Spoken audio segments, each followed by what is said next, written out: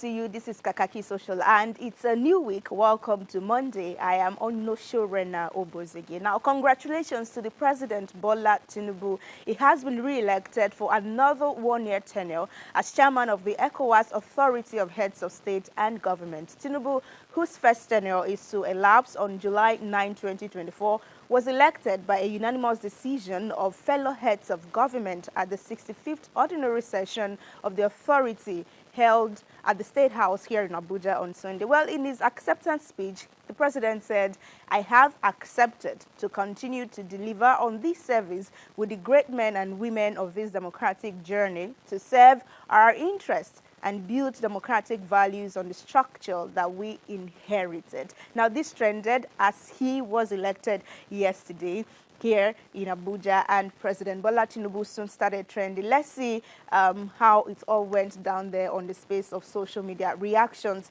at this point. This user says, President Bola Ahmed Tinubu PBAT re-election as the chairman of ECOWAS is a sad story to some people, and they are seriously angry because they were intended to use his non-re-election as another campaign of calumny. He says, congratulations to our president.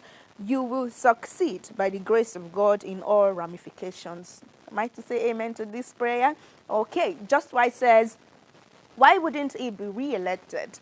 ECOWAS is a puppet to the West, a very weak organization that only serves the interest of the West. I salute the presidents of Mali, Niger, and Burkina Faso. They are the real men that want a better country for its citizens. More thought to be coming from Obozeghie, who says, honestly, no serious organization would elect Bola Ahmed Tinubu for any leadership position. Well, your thoughts right there. For Austin, it says, before Tinubu finished with ECOWAS, it will remain 2 or 3 countries within ECOWAS. But then we'll have to say congratulations to him right there for winning this. So he will be in this office till about July 9 next year, because the first tenure would expire by tomorrow. Okay, away from that, the wife of Nigeria's president, Senator Oluremi Tinubu, is asking women to be at the forefront of food security campaign in the country. Well, she stated this at the State House residence while unveiling her vegetable garden, which she says she planted to encourage first-time women farmers to join the ongoing Every Home a Garden campaign. Tinubu, that's Mrs. Tinubu now, who has planted 7 kinds of vegetables, including spinach, bitter leaf, lemongrass, scent leaf, noted that a little effort on the part of every individual will go a very long way in addressing food insufficiency. Well, let's listen to her. Young friends are here to see us at least unveil this, so that they too can be challenged. And I'm appealing to Nigerians. You don't want me to win the 25 million. So get to work and, grow something in your house. And like some people will say, I don't have land, but they call it smart farming. You can grow anything in a bucket. Just grow something. And that's what, do you have a garden yourself? Grow something. You'll enjoy doing that. It's not that, it's free. It's God's gift to man. Okay, so everyone is going smart farming, use your garden, use buckets and do something. And this user says, this is a good move by the First Lady. Let them now show us Aso Rock feeding budget for this year. We will need it for next year's own. The drop in expenditure can be plowed into infrastructure. And more thought will be from this one, Jonathan, who says, well said, my dear First Lady. Indeed, leadership is by example. Smart farming is the way to go. God bless President Bola Ahmed Tinubu PBAT. God bless Nigeria. Amen. And then Mazi says, now we know you grow your own food. There shouldn't be need for the outrageous food budget for Aso Rock. The existing budget should also be returned to the Treasury so that it could be re-looted by another politician. Make una just the wine una serve. Oh, well, maybe they are farming too, and the animals that were also feeding with billions of naira, maybe we'll have to address that one too. But then for the 25 million naira that she says is up for grabs, entries are to be submitted to the Office of the Wives of the State Government of the competitor. So if you are competing, you submit to the Office of the Wives of the Government in the format of a 30-second short video with details about yourself, and then it is to be submitted by the close of work hour on September 25th, 2024. So if you win, you would get the 25 million naira. Congratulations to everyone who would be jumping on that challenge. Away from Nigeria, Liberian President Joseph Boakai has announced a voluntary 40% reduction in his own salary.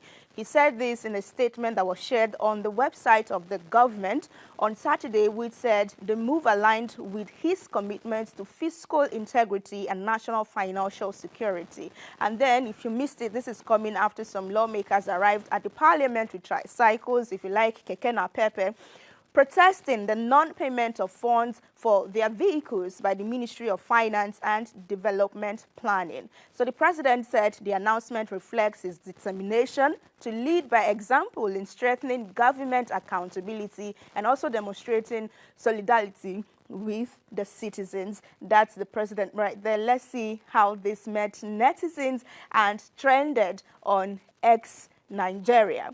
Ama says, meanwhile, all political office holders and politicians in Nigeria aren't thinking of slashing their huge monthly salaries. Talk more of the stupendous allowances, ECOWAS, DTA, security vote, et al. Attached to them on a monthly basis. In another thought, Mike says, leadership starts from himself.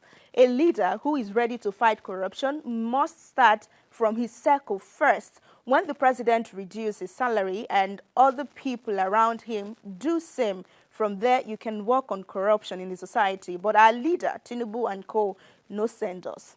And more thought to be from Links, who says African leaders should stop playing the ostrich and do what is right for the country in general. This idea of percentage slash in salary when the heat is on, only to confuse citizens, should stop. We don't get to see his credit alert. We won't even know he reinstates full salary. Okay, more thought right there saying that, oh, we don't know if that is true because we don't get the alerts to get that. A new Nigeria is possible says, we're coming close. Kenya message is strong and clear. Burkina Faso has been on track. African leaders need to make sacrifices to develop Africa because I have never seen a poor man rule. Don't leave me.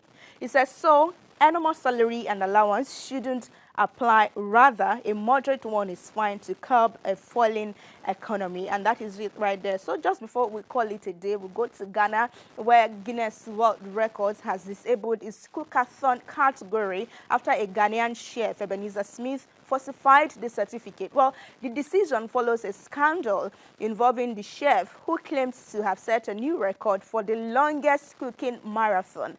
He said he cooked for 30 whole days non-stop, which will be 820 hours, 25 minutes. He started on February 1 and ended on March 6, 2024. Well, he said all of this in a press conference. That was where he made the announcement. He has apologized, and he says that was not the case. It never really happened. And now Guinness World Record says that category is no longer available because too many people have been on it and they falsified certificates. Just one reaction before we say goodbye. On X is this user, Lord McCarthy, who says, Ghana, you break a world record of being the first country in the world to forge Guinness Book of Records certificate. Una they break records, I beg. Oshe, well, just one person and the whole category is closed for anyone else who would have want to, maybe in the future, try to do something like that. So, well, that's everything we have on Kakaaki Social.